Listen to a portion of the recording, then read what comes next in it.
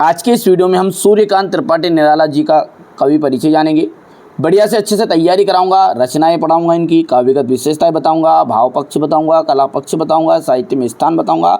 यानी एग्जाम में 1 नंबर से लेकर आपका जितने भी नंबर तक का, 6 नंबर तक का कवि परिचय, 5 नंबर तक का, कई राज्यों में 4 नंबर का भी आता है।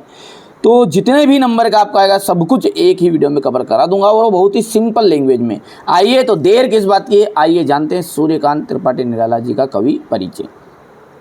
तो देखिए पूरी की पूरी रचनाएं यहाँ पर आपके सामने है। एक तो कुकुरमुत्ता हो गई है, दूसरी यदि हम बात करें परिमल आ जाएगा, तीसरी जो है अनामिका, ठीक है। इसके बाद में आपको ध्यान से देखते जाइए फटाफट, तुरंत आप तो घबराना नहीं है बिल्कुल भी। ये हो गया आपका गीतिका, ठीक है भैया। इसके बाद में आपके अनिमा आ जाएगा, अनामिका भी है, ठीक है, ये ऊपर हो गई है, ठीक है भैया। बढ़िया से आप तो चलिए तैयारी करिए, पूरी की पूरी रचनाएं यहाँ पर आपके सामने हैं, ठीक है। बढ़िया से संकोच नहीं करना है। राम की शक्ति, ये भी इनकी एक रचना है। नए पत्ते है भी, ये भी इनकी रचना है। बेला भी रचना है, अपरा भी है, ठीक है भैया। आप तो बिल्कुल से चिंता मत करिए, इतनी सारी रचनाएं जितनी भी मैं आपके सामने यहाँ पर पूरी की पूरी रचनाएं बता रहा हूँ। तुलसीदास भी उनकी एक रचना है, ठीक है। सूर्यकांत त्रिपाठी निराला की नए पत्ते हो गया, ठीक है भैया। इसके बाद में ये जाएगा आराधना, यदि हम बात करें आगे की तो बेला, और ठीक है गीतपुंज, ठीक है भैया। ये जूही।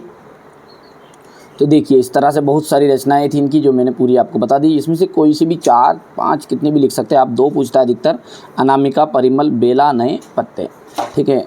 अब काव्यगत विशेषताएं, कभी कभी ऐसा एग्जाम आ जाता है, इनकी काव्यगत विशेषताएं निम्नलिखित बिंदुओं पर बताइए। तो भाव पक्ष और कला पक्ष, तो ये भाव पक्ष और कला पक्ष ही है। निराला जी का छायावाद के प्रमुख प्रवर्तकों में से एक थे, यानी स्तंभ में गिने जाते हैं ये, ठीक है, छायावाद के, ठीक है भैया। इसके बाद में आपका, क्योंकि इनके काव्य में छायावादी काव्य की समस्त विशेषताएं पाई जाती है। निराला जी क्या है, छायावाद के प्रमुख प्रवर्तकों में से एक थे, क्योंकि इनके काव्य में छायावादी काव्य की संपूर्ण विशेषताएं पाई जाती है। निराला जी काव्यगत की कविताओं में राष्ट्रीयता का भाव सबसे ज़्यादा देखने को मिलता है। तो ये हो गया इनका भाव पक्ष, ठीक है। यदि अपन आगे बात करें तो कला पक्ष की बात करेंगे ना, तो इसमें रस का, छंदों का प्रयोग किया है।